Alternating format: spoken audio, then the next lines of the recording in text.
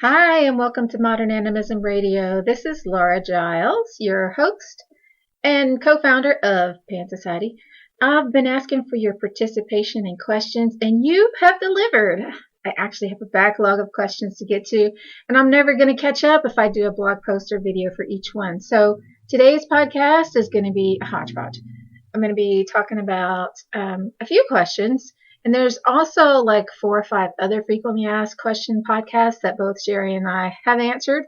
So if you're new to the program, you may want to dig those out of the archives because your question may already be answered there. Or, we have, hundreds of YouTube videos and blog posts. So I'm sure we've covered tons of stuff. You might want to check those out.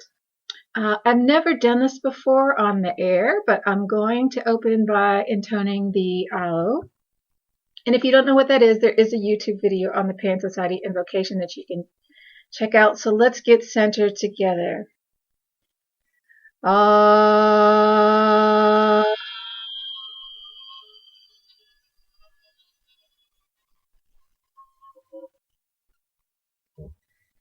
acknowledge and thank the earth for this beautiful planet that we live on, our bodies, the plants and animals that feed us, the flowers that are starting to bloom and beautifying and perfuming everything, and all the sensuous delights that make each day so amazing. I thank the air for the power to communicate, to listen, to connect, to speak and inspire, and be inspired by each other. I acknowledge and thank the fire for the desire that fuels us into action and connection, and gives us the power to act with respect for ourselves and others. I acknowledge and thank the water for purification, balance, emotions, and the means to keep moving. I thank our plant, animal, mineral, and spirit brothers and ancestors for all the ways you support and teach us that are seen and unseen. I acknowledge and give gratitude to all our listeners for being here, commenting, and asking your questions. Don't be shy. I get so many more private conversations than public ones, and it makes me think that you're scared to speak up. So there's no dumb questions or comments. It's okay to speak to each other. You know that in Malcolm Gladwell's book on outliers, he talks about how if you are the runt of the litter on a sports team and sticks with it, you're going to excel really quickly because those around you who are more highly skilled will bring you up. So don't be afraid of being a newbie. Engage. It's okay. It helps everyone when you just let yourself be where you are. And I'll tell you this. As a teacher and someone who's been an animist since birth, it's easy to forget or just not be aware of what it's like to be outside looking in and not know things. So sometimes I can't anticipate what you want or what you need to know, and I need the questions for us to get on the same page. And as you'll see from our first question, you guys have been asking me the same question over and over, and I just didn't get it. Both Sherry and I have covered it in many ways, but it wasn't until I was asked in a particular way that I understood what information you were looking for. So here are the questions I'm going to be covering in today's podcast. So number 1 is, what do the mystical aspects of animism look like? And that's really the one that's been asked over and over. It's like, what is animism? What is this? What is this? Tell us about this. And I'm telling you based on where I'm standing, but I didn't realize that what you wanted to know was about the mystical stuff. So that's just a teeny tiny portion of it. It kind of, in a way, as far as time goes, not a lot. I don't spend a lot of time in that, but it is an underlying piece of all of it. So I'm going to tackle that today. Question number 2 is, what do I do in liminal space? 3 is, how do I cope with spiritual awakening? 4 is, where can I start my animist journey? 5 is, how do I deal with the pressure and work of being a light worker? 6 is, what's the difference between modern animism and indigenous animism? And 7, what is it like hanging out with animists? So I wanted to put all of those questions like that. So if you have asked those questions, that you know that I'm talking to you. I'm answering your question.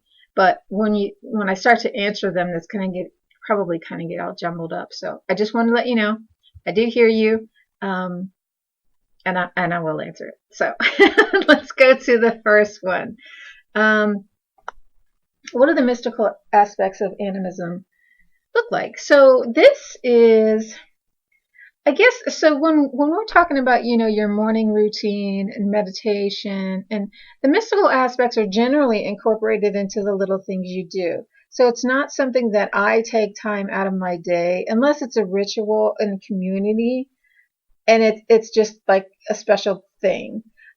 If I am in need of help, or I am stuck or something, then I might have a ritual. Or if it's a holy day or something that's different where I have to plan for it, if I need to go get things to to conjure something or to manifest. It's not really manifesting, but just to make my will known and to get some help. And I don't want to say bending my will, or creating it, because it sounds manipulative, but to kind of just solidify my desires and makes things go in a direction that I want them to go, then I might take time out of my day to do something. But usually the mystical aspects of animism are just incorporated into everyday life. And that's kind of why I was like, I don't know what you're asking me. What are you asking me? I'm so confused. Because if we dream, if I don't dream very often, I wake up really quickly. I can go from asleep to awake, and I'm not groggy. I don't need coffee. I'm just pooped up. And when you're one of those people, you don't have a very long hypnopompic window of where you remember your dreams. I'm that person. But dreams are kind of a way that you can work the mystical aspect, because your dreams are telling it's your spirit self, and the spirit realm is communicating with you in your dreams. It's like highlighting stuff that you don't see, maybe that you're not paying attention to, things that are bothering you. It's the language of the right brain, of metaphor. And it's a way for you to, like, hey, wake up, pay attention to this, here's your answer, kind of thing. I'd really like working there. And that's something that I might do if I'm curious about something, or if I'm in a learning phase or a growing phase. I might do that. Really, that's where the mystical aspects come in, either when it's just not in ordinary life. So another way that the mystical aspects come in is I walk almost every day, and there's 4 trails that I frequent, and then I walk in all different kinds of places because I just like nature and I like seeing the variety and stuff like that. So another way that the mystical aspects might look is that while I'm on the walk, so there's 2 ways of walking. One is walking for exercise, and you're just not really paying attention. And the other one is more like forest bathing, where you're present with everything. And so when you're present with everything, then you might spend some time in the energy of the trees. Trees are real obvious. They're big. You can't miss them. Their energy is also big. So you might just spend some time with a tree, or with the earth, getting to know the earth, lying on the earth and just feeling the support, or looking up at the sky and the vastness of it, things like that, for the purpose of just being there. Or maybe I want to learn from it, and so I linger and I get to know it so that it can reveal its secrets to me. So when we have spirit animals, that's really what that's about. It is having an animal teacher. And as we get to know the energy of the animal, we get to know a bit more about ourselves, and how that energy flows through us, and how that energy speaks through us, and how it can protect us, how it can help us to be more in tune with our strengths, maybe the ways that we hide and protect ourselves, that kind of thing. So everything in the world has energy, and this energy is connected to us, and it is available to us. Some of them are closer and easier, some of them are farther away. For people who are really in tune with crystals, that's why. It's because you just really resonate with that, and it's easy. Other people find crystals like it just feels dead to them. So you have to. Some things are just easier, and some things just require practice. So the mystical aspects of animism, it could have anything. There's just so many ways. It's such a big topic. I guess I'm struggling to find where to go with this. So you can also use it for healing. Plants are healers. Energy is healing. Prayer is healing. If you engage in that, that's definitely part of the mystical aspect of animism. But it's an everyday thing. It's not like like in the West, you go to a school, you learn these things, you practice these things with a class, you get graded, and hopefully you have learned a skill that you can then use. I know that in therapy, I have so many people who go to classes, like my my colleagues who go to classes, and then it's like, oh yeah, I took this class, but I'm not using it. I can't, and that can happen, I guess, with animism too. But generally speaking, the learning, unless you take a class to like learn herbs or something, it's kind of organic and it becomes a part of you. So you just kind of know how to heal in the way that you know how to heal it. Just because you've gotten to know something and it's relational. So it's a really different way of learning, and it's a really different way of expressing that learning. It feels more like it flows and it's organic versus lessons. And if you join our class, you're going to see that it's the same way there. It might be really frustrating for some people. And I'm actually really left brain logical, but this to me is not a left brain logical kind of thing, and so I don't teach it that way. So apologies in advance for any of you frustrated people who end up in my class. um, Another thing that can show up is signs. I did a video recently on do you pay attention to signs?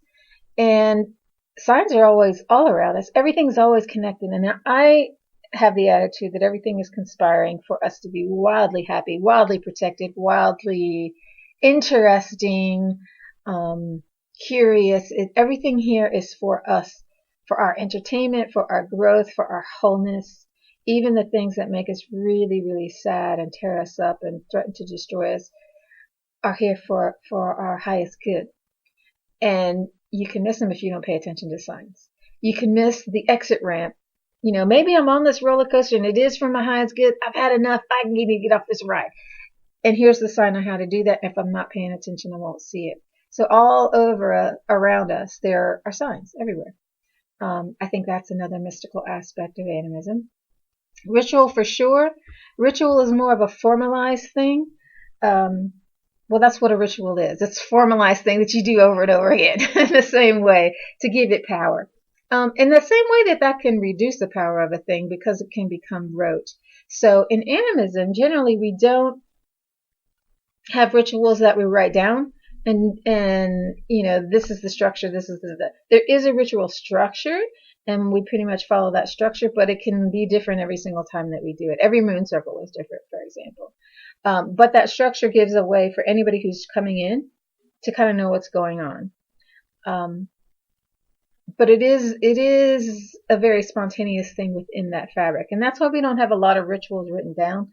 But we do write them down because if you've never done one before, you might not know, and you got to start somewhere. But when it's done truly in an animistic style, it is a ritual and it isn't. Rites of passage are the same way. So I was having a conversation with somebody about rites of passage yesterday. And we were talking about how with rites of passage, they always let you know where you are. There's so much confusion now with people just not knowing who they are. And with the I went to the woods to find myself kind of thing. If you're an animist, that's kind of I don't know anybody who does that, because you always know who you are and where you are, because you're always connected to everything else. You can't get lost if you're tethered to all this kind of stuff. You know what I'm saying? You're tethered to the ground. You're tethered to your family. When you cross that threshold of childhood into adulthood, you know it. You can't go back. That door is closed. And that's what the rite of passage does. Is it in one of the ways that they say it kills the void so that the man can be born. You don't have a lot of problems with identity and confusion that you have in the West and in the societies because of that. I think rites of passage are so important. You don't want to be a grown up? Guess what? All of the society supports you and promotes your new identity. It's a good thing. It's a graduation. And so it doesn't feel scary. You know what you're doing. You're trained to do what you do. You have support. You have people around you who are helping you in that transition, and they want you to succeed. So rites of passage are it's a symbolic, mystical aspect of animist life. I would call it that, yeah. Divination is another one. I have been doing cards since I don't even remember a time when I didn't do cards, honestly. But there's lots and lots of ways to do divination. You could do cloud divination. You could throw bones. You could, I don't know, maybe you're just psychic and things just come to you.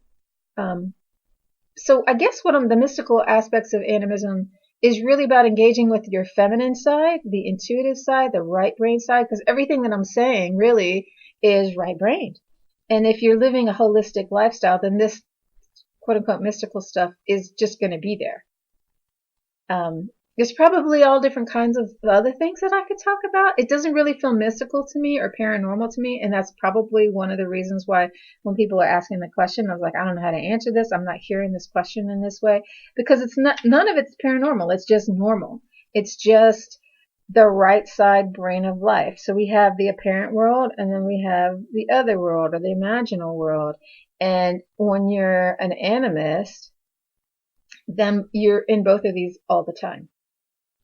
So you're not in my left brain space or my right brain space. I'm in both all the time. I'm in this world and that world at the same time.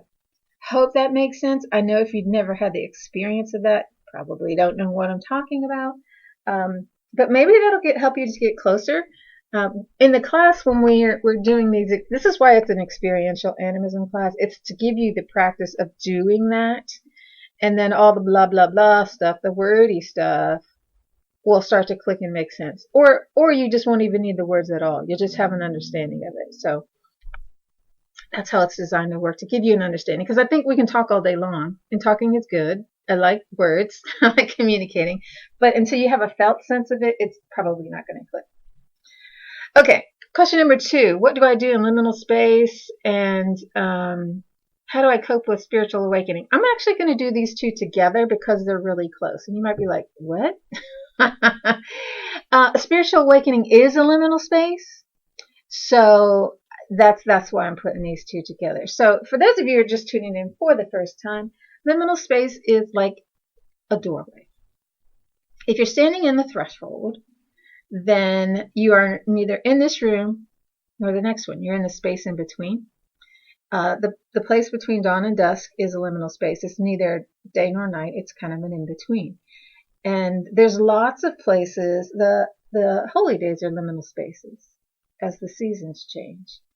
And there's lots of spaces like this in our lives that feel like a free fall. With a spiritual awakening, it's when you have an abrupt shift in awareness that happens all at once. So usually change is gradual. If you think about the seasons, it doesn't go from, unless you're talking about yesterday, it doesn't go from winter to 80 degrees in a single day. There are days when it does that. Like, when a hurricane comes through, it's real blustery and stuff. But generally speaking, it's gradual. And so in the space that's in between neither this nor that, it's like, is it spring or is it winter, or is it summer? Is it what's the season? You don't know, so you don't know what to do. COVID is that, because there's no certainty here. And the first thing that we want to do when we're in this space is grab onto something for stability. Love that earth energy. We want to feel grounded. We're humans. We are earth energy, and we need that grounding, except that in liminal space that doesn't exist. And so people can feel really, as you're free falling after your spiritual awakening. So what I'm going to suggest is to just be there. It depends on what the liminal space is. Sometimes you have no control in that, and sometimes you do. So if you're in a space where you do have some control, then I would set your intention and steer towards the direction that you want to go in. If you're in a space that you don't have any control, like COVID, roll with it. We've been in COVID for a year now, and despite all the vaccines and all that, it doesn't look like it's going to change all that much. Not with any speed. So all you can do is roll with it. Get used to uncertainty. It doesn't feel good. It doesn't feel like I know what I'm doing, where I'm going, what tomorrow is going to look like, but just hang out there. There's a lot of things that you can learn in liminal space that can help you through life, and you don't have to panic. Humans are liminal creatures, so it's actually our nature to be in between. We are in between heaven and earth. That's where we live. So this is one of my COVID learnings. I wouldn't have said this a year ago, but it really is helping me to be just who I am, where I am, to be in this liminal space. So what do you do in liminal space? Hang out, steer, take care of the little things like eating, sleeping. Remember when COVID first started and people were like, I've been in pajamas for 30 days in a row now? That kind of thing. Yeah, don't do that. I mean, unless that's where you are that day. You want to keep on doing the things that you do and self-care things, because if you don't do the self-care things, you're going to go down really fast. Everybody still needs to eat. They still need to sleep. They still need to have contact with people. They still need to meditate, those kinds of things. And that's the same thing I would do with the spiritual awakening. So you're not lost. Nothing bad's going to happen. It's just you're not in control right now. And sometimes you're just not. You know, if a hurricane's coming through, a tornado's coming through, you have no control. You just got to roll with it. So it's a practice in letting go and trusting. And that's what I would do with a spiritual awakening, is just, I think the temptation with a spiritual awakening is to go out and tell people, oh my God, I'm so awake. Look at me. I know this. I can do this. And you kind of get wrapped up in yourself, and they call that, inflation. I've suddenly become so important because I've had this experience, or I can do this thing. And really it's about staying humble and staying connected to your roots and remembering who you are, your connections to community, and just being yourself. Everything will work out. Trust.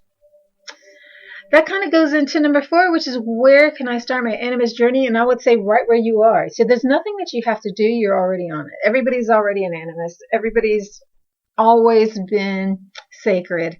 Everybody's always been one. It's when you're kind of saying, this is I think what I want to do. This is how I want to live about my life in a conscious way. That's fantastic. So start there, and then do what calls to you. If you are in a bad mood today, be in a bad mood today. If you feel like going out and hanging out with the elements, with nature, go do that today. If you want a direction, the Wheel of Life is a really great place to start. Find out where you are in it and explore that energy. So what I'm talking about, find out where you are in it. So let's say that I'm in my sensuous phase and I'm really digging all the pleasures of just being alive, all the earthly things that I can touch. So if I'm a decorator, I might really want to decorate and get my hands on some things that feel really good, have some good food, and just explore all the pleasures of the body. If I'm heady, then maybe I want to read some stuff and have some conversations, share ideas, be inspired, that kind of thing. So really I would start where you are, figure out what is my energy, how do I best like to learn, how do I best like to explore, and do that. And as long as you're mindful, then you'll grow. Mindfulness really, I think, is the key to everything. Because if you're not mindful, all of the mystical stuff's going to pass you by. You're not going to know where you are in liminal space, or maybe even that you're in liminal space. If you know where you are, I am here, that's a really key element to solving problems, to living well, to doing anything. Because if I'm here and you're there, we're not connected, right? We got to get in the same space. If I want to be there and I'm acting like I'm there, but I'm over here, then I'm not living my life. So I am here is a really good place to start your animist journey. So be here. Listen to your body. Listen to your mind. What do I want? What do I feel? Feel your feelings. And when you're done feeling your feelings, you'll have another feeling. And then feel that feeling. And that's going to take you to the next one, and the next one, and the next one. And then you'll just be doing that in an animist way. So with the knowing that I am sacred, that this is okay, that you're okay, that we're connected. We're not connected. I want to be more connected. I want to be less connected. Whatever you're doing, you'll be living. You don't have to do anything. You don't have to do 10 ceremonies. You don't have to intone anything. You don't have to invoke anything. You don't have to do any of that unless that means something to you. So If this feels like a if all of what I'm saying feels like a non-answer, it's because I don't have the answer for you. I can only point you to your own answer. And that's really going to be the answer that I'm always give you, because you are driving the bus. You're the one who says what your animist journey looks like. You're the one in control of your own spiritual awakening, and I can point you to what mystical aspects of animism look like, but it's going to be up to you to experience them and to see them. Okay. The next question is, how do I deal with the pressure and work of being a light worker? So this is, I hope I'm not offending anybody with this language, but the light worker is a kind of new age term, I think. It's not an animist term. Because if you're a light worker, then who's a dark worker? I mean, you're everything. You're light and dark. And if you're dividing yourself into a light worker, then either you're denying the darkness or you're making the darkness your enemy, which is not an animist concept. So the light needs the dark to exist. There is no, if you eradicate the dark, you eradicate yourself. And then we're all gone. So I don't know if that's the goal. Maybe that's the goal. I don't know. So how do you deal with the pressure of that? Is to let go of that as your work. So we have sovereignty, connection, and oneness. So sovereignty means you can do whatever you want to do.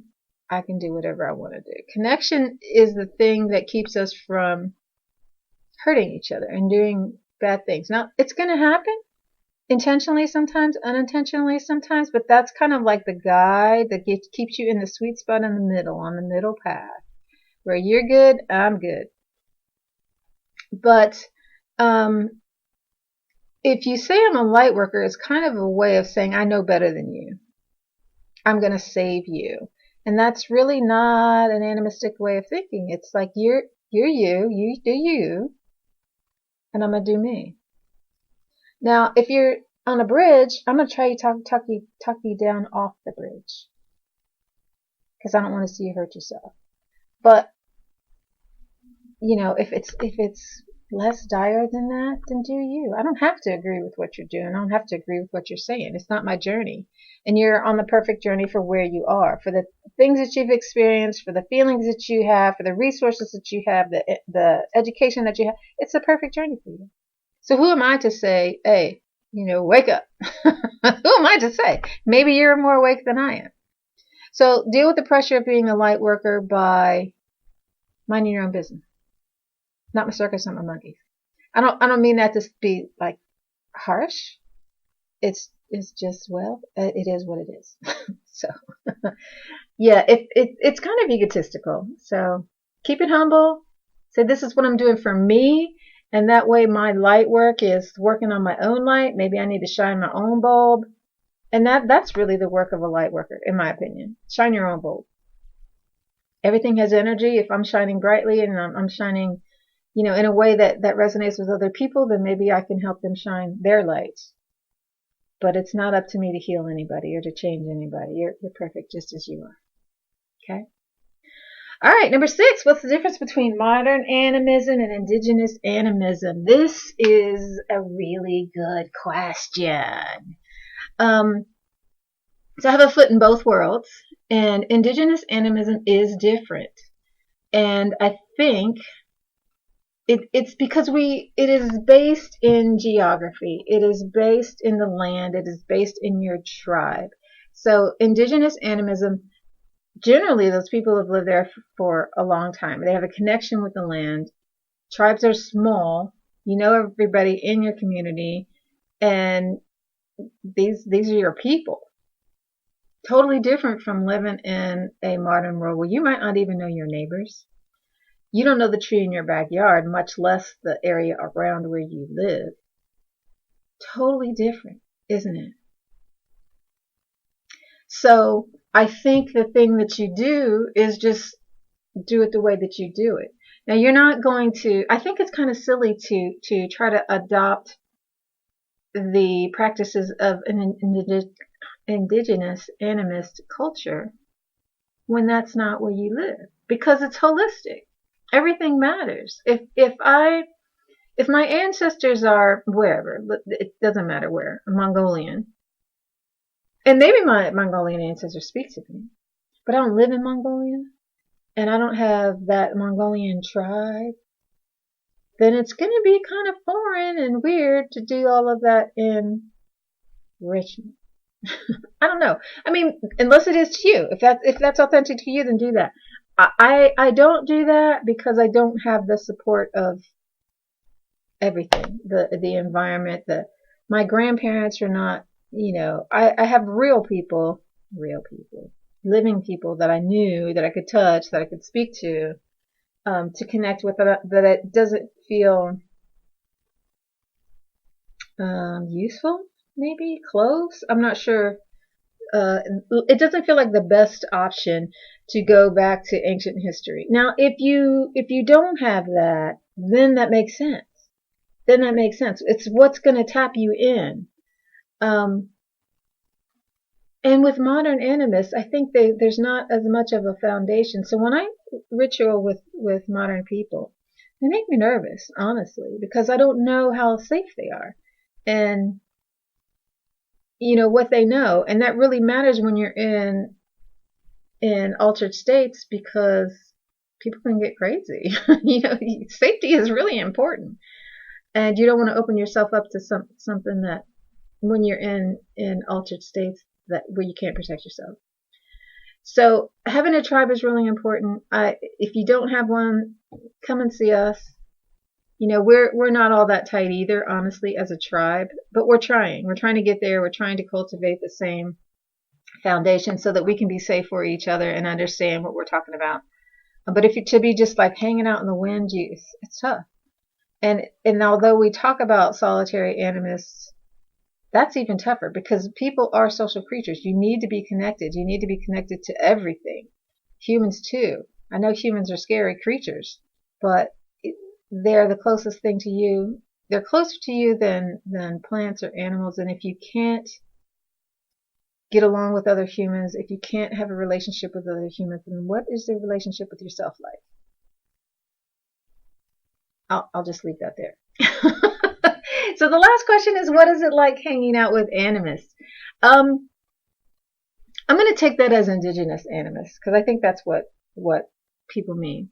And it is really different, because they get things on a different level. So remember when I was talking about the right brain, left brain walking with you at the same time? They're in that space. We are in that space. So there tends to be less conversation, because the frivolous stuff, unless they're nervous and you're just meeting each other well, not even then, really.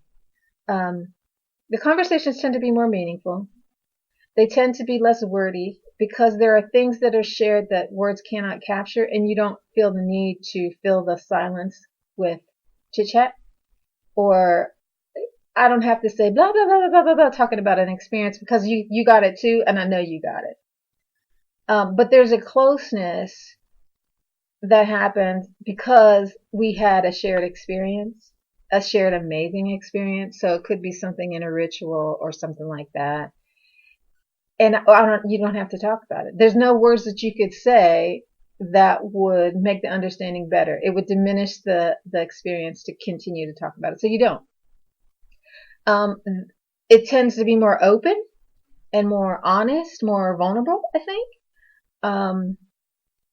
Because there's a sense of safety there. It's like you get it, and I don't have to put on a mask. I don't have to pretend. I don't have to do all this other stuff.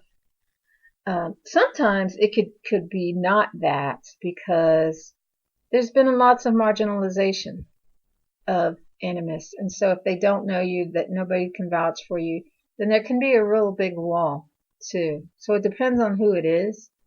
But